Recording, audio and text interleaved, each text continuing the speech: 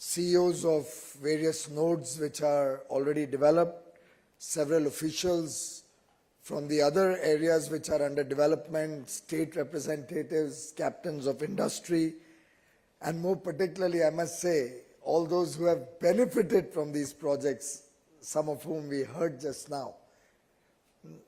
Mr. Deepak Bagla, the CEO of Invest India, who has also made some announcements or not yet made. I'll make the announcement. Okay. All the distinguished participants of this very important program, friends. As Anurag ji said, we feel really bad that we could not join you since the stated time, but we were actually in a very important dialogue with the Honorable Prime Minister. But clearly, the feedback that I've taken about the day's proceedings has truly encouraged me to think bigger and bolder about the future of NICDC. And I must compliment all those who have been associated with this project. I do recall that this was started somewhere in 2008, but when in 2014-15 it was reviewed, we found that we are almost at point zero. There was hardly anything that had happened. None of the lands were in place, none of the master plans had been made, funding was not provided for, everything was almost at an announcement stage. And I can share with you, the Honorable Prime Minister continuously is following up with all of us to ensure that whatever is taken up or whatever is decided or announced either through budgetary announcements or through cabinet approvals, sometimes through various addresses by the Honorable Prime Minister, they should be taken to their logical end and should actually start serving industry or the people of India. And I'm delighted to see that based on the feedback that has come out today, this is one project which is now at the cusp of taking off. And I'm sure with the encouraging response and the encouraging words that were spoken during the course of the day, we will feel more enthused to take this project forward in a fast-track mode. When I was hearing one of the colleagues who spoke before me, Mr. Sadanand Shabdeji, I was recalling my own days when I started as an entrepreneur, again of a very small unit like you mentioned, in 1981 or thereabouts. I was barely 17 years old. To get an allotment of 2,930 square meters of land, and that figure will remain with me till I die. 2,930 square meters in NICDC Dombivli. I must have made not less than 90 or 95 trips to the Chakala office of NICDC. Those of you who are from Mumbai or Maharashtra will jolly well know that. You might have visited that also. 90 to 95 trips, right from the time it took or the trips it took to find out what is available, because that was also classified and privileged information. Nobody was willing to share what plots of land are also available. There was a value attached to all this information. And the amount of trips you had to make to try and convince them to allot it to you, as was rightly pointed out, 3 sets of plans, hard copies. I think it was more than 3, but ab itni yadgash hamari bhi achhi nahi hai. But the harassment that it was to get any piece of land is sought to be changed in the new age or new way of working that Prime Minister Modi has brought before the country. I was really delighted to hear that you can experience that plug-and-play infrastructure, which is sought to be offered through the NICDC projects. And I'm happy that at least 4 have taken off. I have today also instructed my colleagues to quickly do an assessment of what the other nodes and the other clusters are willing to do in a time-bound manner. Otherwise, foreclose those projects and offer them to other areas where we can get land on a fast track basis. If we want to serve you, then I think the states will also have to take ownership and responsibility to provide the land on a fast track basis. I'm told many of the states where other nodes are planned have attended today's program. Those who have not attended, please convey to them in absolutely no uncertain terms that this is the defined time period. Tell us what land you can acquire and give us, or what is available with you, and freeze those projects at that. We cannot wait for years and years for the rest of the projects to come up. As regards the projects that are coming up, I am very happy that many of the project proponents or the CEOs have brought out schemes to promote the utilization of those 3,000 acres that were shown to us or announced, that there's 3,000 acres of land available. I'm given to understand that the CEO Greater Noida has committed for allotment of land within 20 days of making an application. So anybody who's interested, also please now propagate all of these things. Amritalji will have to think of a way that instead of each one propagating his offerings, can we collectively make that offering known to everybody in the world, right? And whether we can use social media, whether Invest India can play a role, whether you can have large advertisements only in the business papers. Anybody who's interested in investing or doing business would possibly be reading one or the other of the business papers. In a cost-effective manner, can we convey to the world what is available in those 3,000 acres?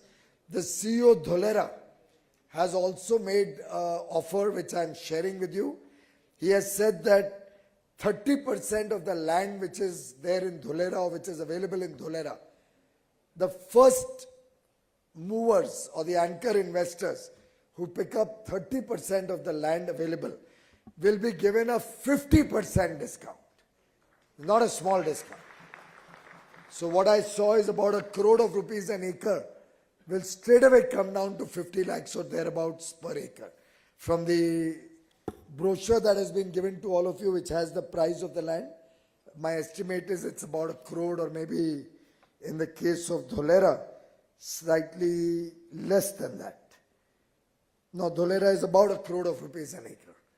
So straight away a 50% discount to the first 30%. Of course, I've told Amritlalji that take care to ensure that there's time-bound implementation of those projects, assess the amount of jobs that are being created by those projects. There should be no land squatting just because you're offering a 50% discount. So that discount should be linked with milestones or time-bound implementation and time-bound creation of jobs. Possibly you can even use it for new technology, those who are bringing new technologies to the country, or new partnerships with technology majors.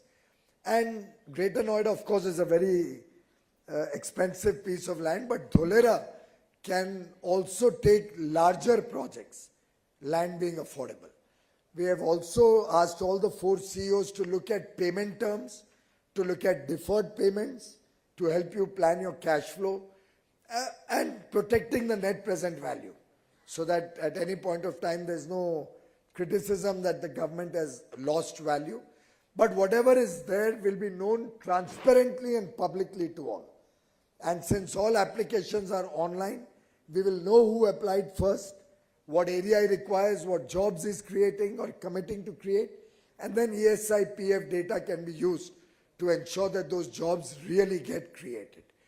I'm sure the states where your projects are coming up will also be adopting the new labor laws, which will be a good incentive for people to go and invest in those states. And Invest India has been kind enough to offer that they will open a facilitation office or an office to attract investors from across the world in these first 4 industrial townships. Based on that experience, then we can look at our offices in other areas also. Those states which are setting up the 18 states are being urged to do their decision making very quickly, offer the land, otherwise we'll be forced to foreclose those projects and maybe offer them to other states who may be willing to speed up investment. Noida, of course, is expensive land, but I'm happy that the CEO of Noida has announced or has shared with us that they're going to quickly acquire land along the Yamuna Expressway, about 60-70 kilometers from Delhi, as phase 2 of that project, and they're looking at 4,000 acres. So that's truly going to be a good size and scale to be able to offer good quality infrastructure. It'll be obviously more affordable. Please speed that up. I've already talked to the UP government about it. I think 3 or 4 days back I had a conversation about it. Please use that conversation to process that faster. And if anybody gets stuck in any of the states, I'm happy to work as your employee, pro bono, to help you speed up in implementing these projects.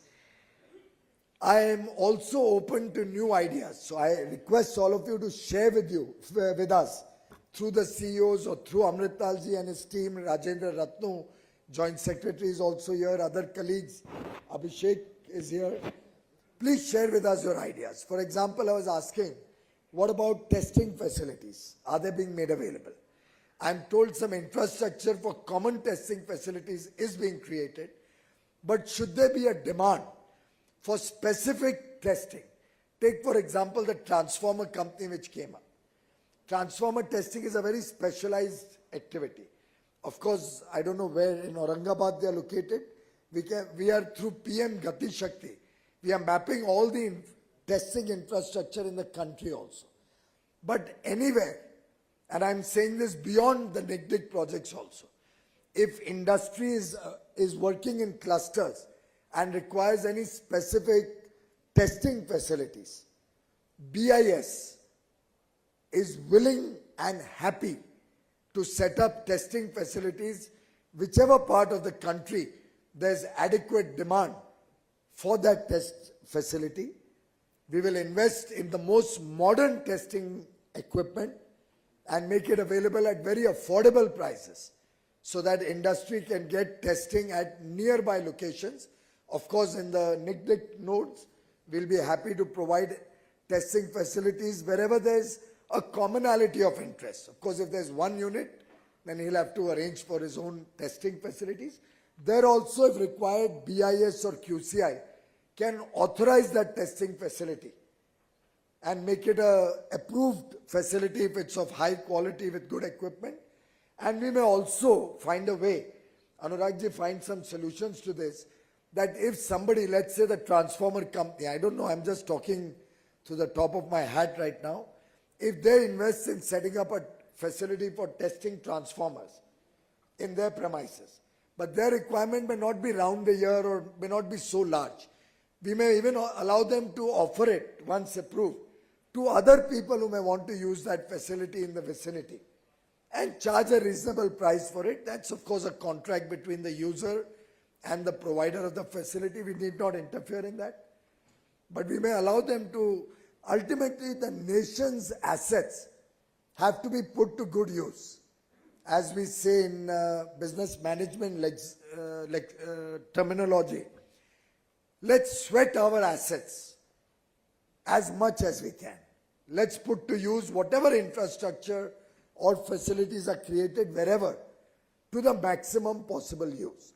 So let's say if in Aurangabad NICDC node, you have created some facility.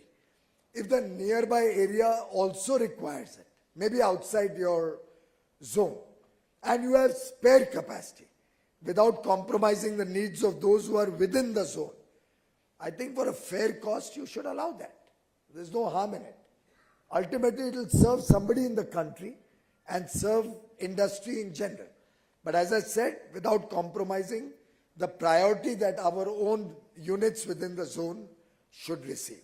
Or if you set up a common effluent treatment plant, by making it slightly bigger, if you can also serve, I don't know, but I'm just saying maybe Waluj is nearby.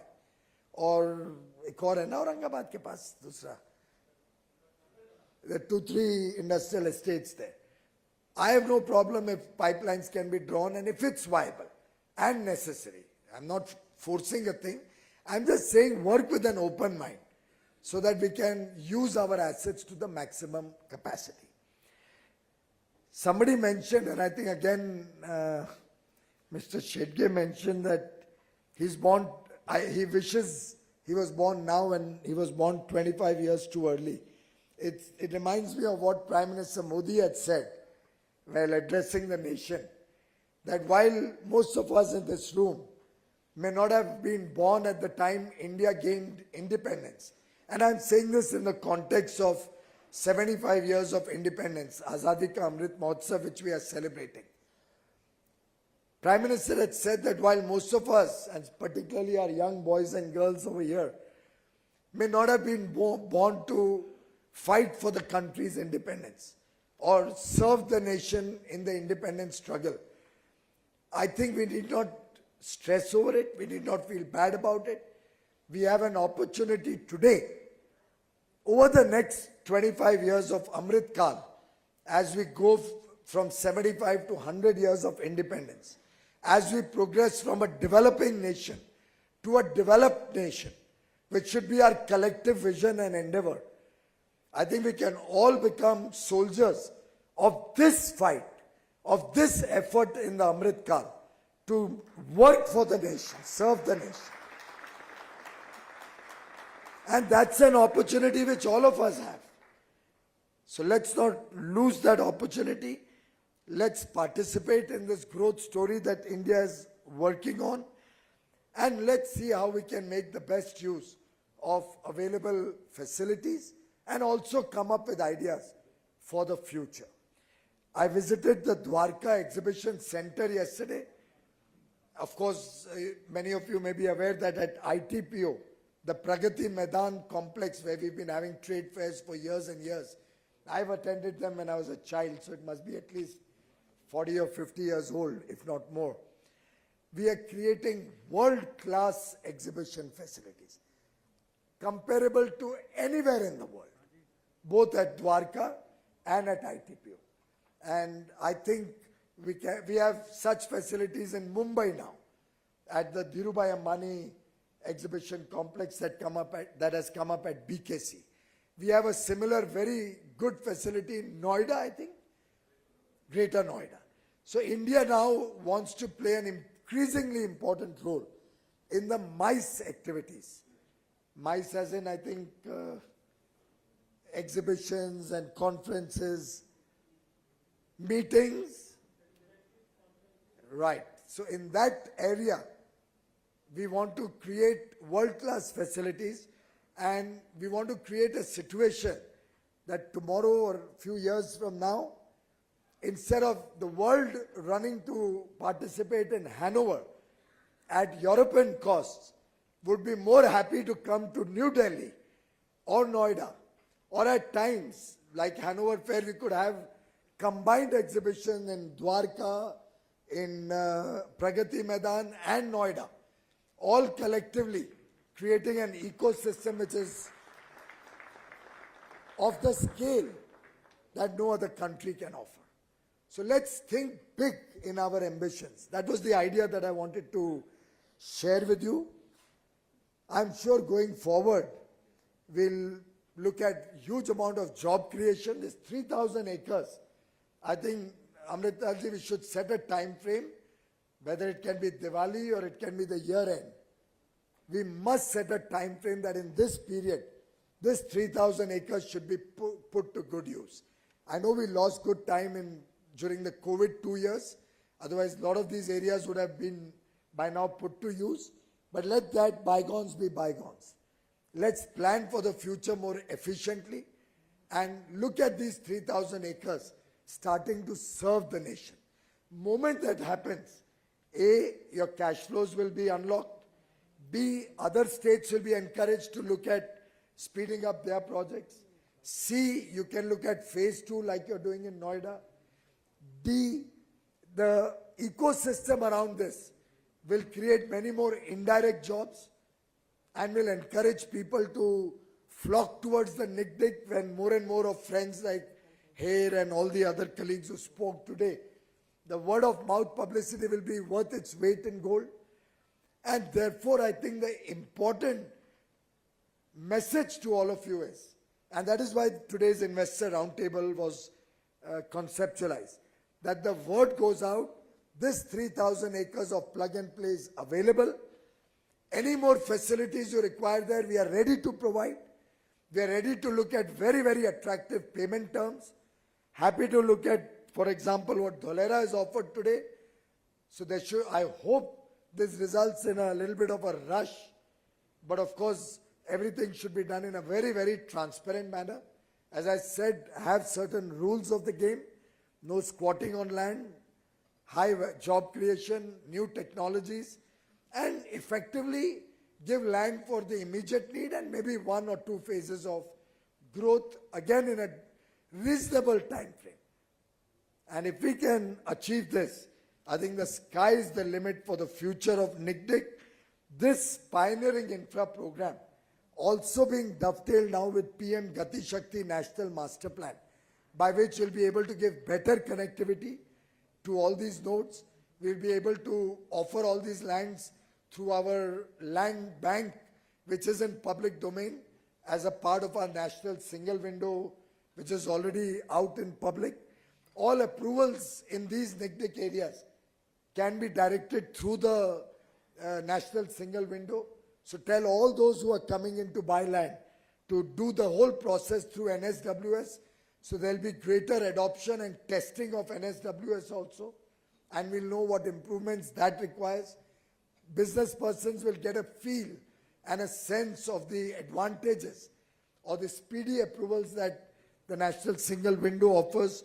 So idea being, let's create new benchmarks which should offer world-class facilities at the speed of lightning with transparency of the highest order and hopefully at very affordable prices.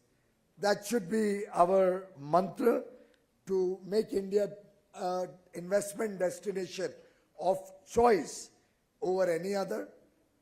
This should be encashed because the world today is looking to engage with India. This is the time, again as Prime Minister says, yahi samay hai, sahi samay hai. Very often if you don't grab an opportunity at the right time, you lose that opportunity. After all, you've seen the rush of countries wanting to work with India. 2 FTAs in our bag in a span of 2 months.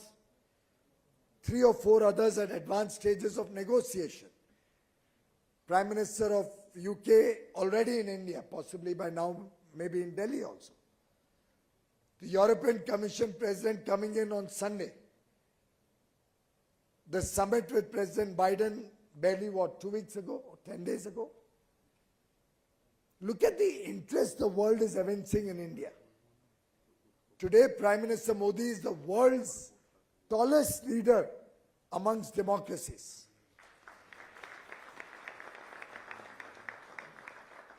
And I think if we don't take the advantage of all of the offerings that are on the plate today, and I don't mean just NICDC, whether it's Digital India, whether it's our effort to take financial inclusion to the nook and corner of the country, the collective effort of the nation to ensure we come out of COVID from a position of strength and make India consistently the world's fastest growing economy once again, a position we held until a few years ago, 3 or 4 years ago.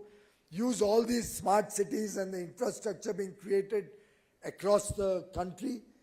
Take advantage of the huge investment opportunities in the $1.4 trillion worth of infra projects which are in the national infrastructure pipeline.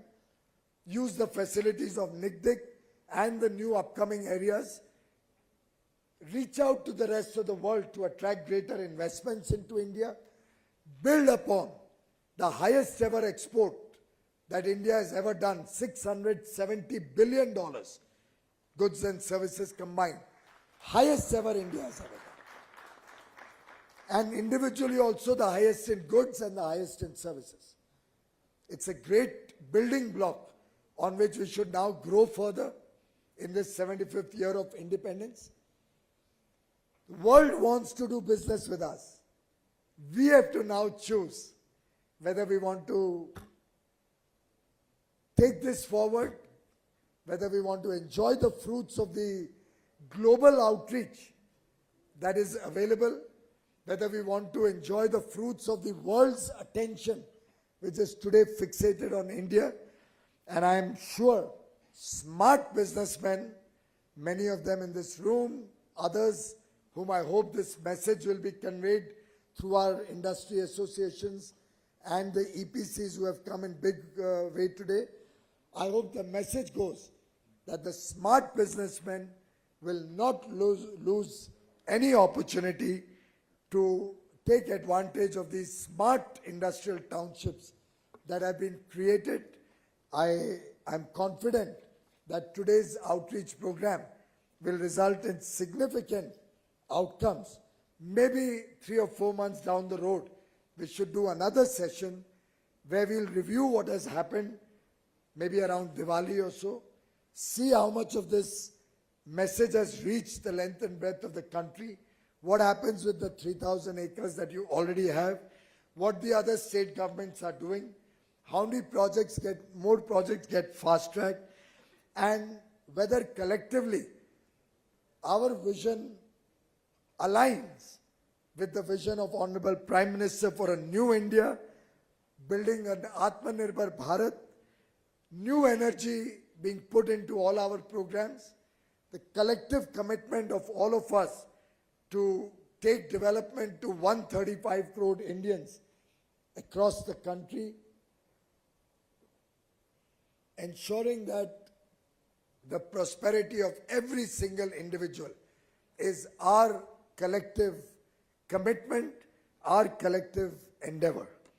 I'd like to invite all of you in this room, across the country, investors, industrialists, business houses, exporters, MSME sector, within the country and internationally, to invest in the future, invest in India, invest in the land of opportunity.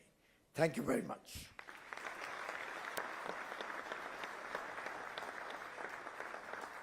Thank you very much, Honorable Minister, for your remarkable address.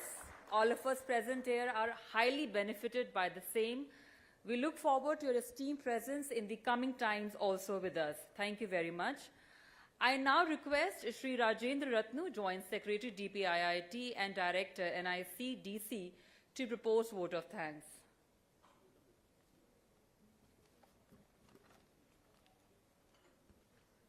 As is said, winners do not do different things, they do things differently. And that is true for our Honorable Minister.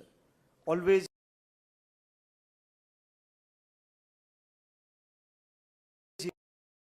today. I'd like to also thank our Secretary DPIIT, Special Secretary Sri Minaji, ACS from Karnataka, all CEOs and MDs from SPVs, investors and prospective investors. You are the truly to be thanked, even more than my minister at breach of protocol, because you are the truly who have trusted and given us hope. And all the prospective investors, CIA, SOCHM, PSD Chambers of Commerce, FICCI, Mr. Bagla from Invest India, Export Promotion Councils, and team from DPIIT and NICDC who have worked so hard in such a short time, and all the other participants and stakeholders. And I'd just like to conclude with the saying, as said by Honorable Minister, that investment के लिए सही समय है, यही समय है, और NICDC के लिए कि यही जगह है और सही जगह है. Thank you.